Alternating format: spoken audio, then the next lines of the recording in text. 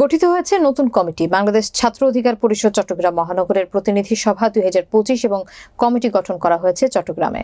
বিস্তারিত থাকছে চট্টগ্রাম থেকে রুমেন চৌধুরীর তথ্যচিত্রে। রবিবার সন্ধ্যায় চট্টগ্রাম মেট্রোপলিটন সাংবাদিক ইউনিয়নের হল রুমে ছাত্র পরিষদের চট্টগ্রাম বিভাগীয় সাংগঠনিক সম্পাদক এম.এ. হাশেমের সভাপতিত্বে প্রধান অতিথির বক্তব্য রাখেন গণ অধিকার পরিষদ চট্টগ্রাম মহানগরের সভাপতি মোহাম্মদ শাহ আলম।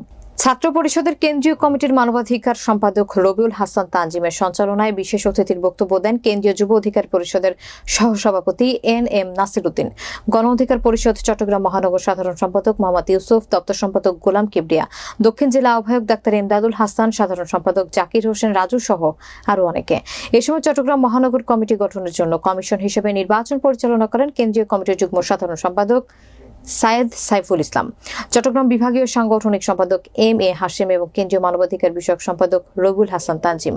পরে প্রত্যক্ষ ভোটে বাংলাদেশ ছাত্র অধিকার পরিষদ চট্টগ্রাম মহানগরের সভাপতি নির্বাচিত হয়েছেন মোহাম্মদ হাবিবুল্লাহ এবং সাধারণ সম্পাদক নির্বাচিত হয়েছেন হাফেজ মোহাম্মদ হাবিবুল্লাহ মিজবা। এছাড়াও সাংগঠনিক সম্পাদক নির্বাচিত হয়েছেন এম.এ. আল মামুন।